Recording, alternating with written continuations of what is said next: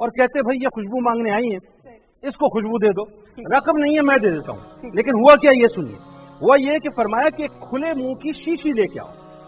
دوسرے روز وہ شخص شیشی لے کر آ گیا. نبی کریم صلی اللہ علیہ وآلہ وسلم نے اپنے دونوں بازوؤں میں سے, یعنی دائیں بازو سے بھی اور بائیں بازو سے بھی پسینہ نکالنا شروع کیا, یہاں تک کہ وہ شیشی مکمل طور پہ بھر گئی. اس کے بعد فرمایا کہ اسے لے جاؤ اور لے جا کر اپنی بیٹی سے کہنا کہ اسے لگا لیا کرے. بس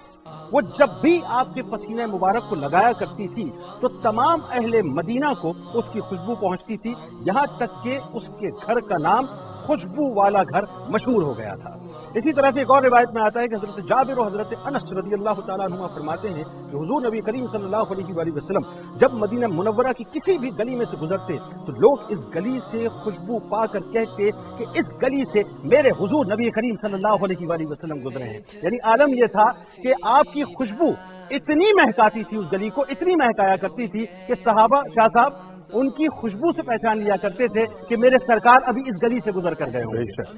بات یہ ہے صاحب کہ حضرت علی رضی اللہ تعالیٰ عنہ فرماتے ہیں جب میں نے حضور نبی کریم صلی اللہ علیہ وآلہ وسلم کو غسل دیا, آخری بات اس کا,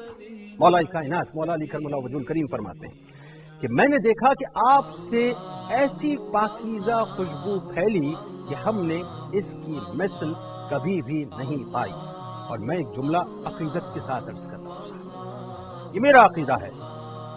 اور میں تو اپنے عقیدے کا پرچار بڑا کھل کے کرتا ہوں, ہے نا. تو عقیدہ تو یہ ہے کہ آج مدینے کی گلیاں جو مہکتی ہیں,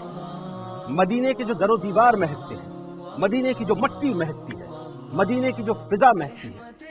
اللہ جانتا ہے کہ میرا دل تو پکار کے صرف ایک بات کہتا ہے کہ کچھ اور نہیں ہے سوائے اس کے کہ یہ خوشبو مصطفیٰ صلی اللہ علیہ وآلہ وسلم ہے جس نے سارے مدینے کو مہکا کے رکھا ہے.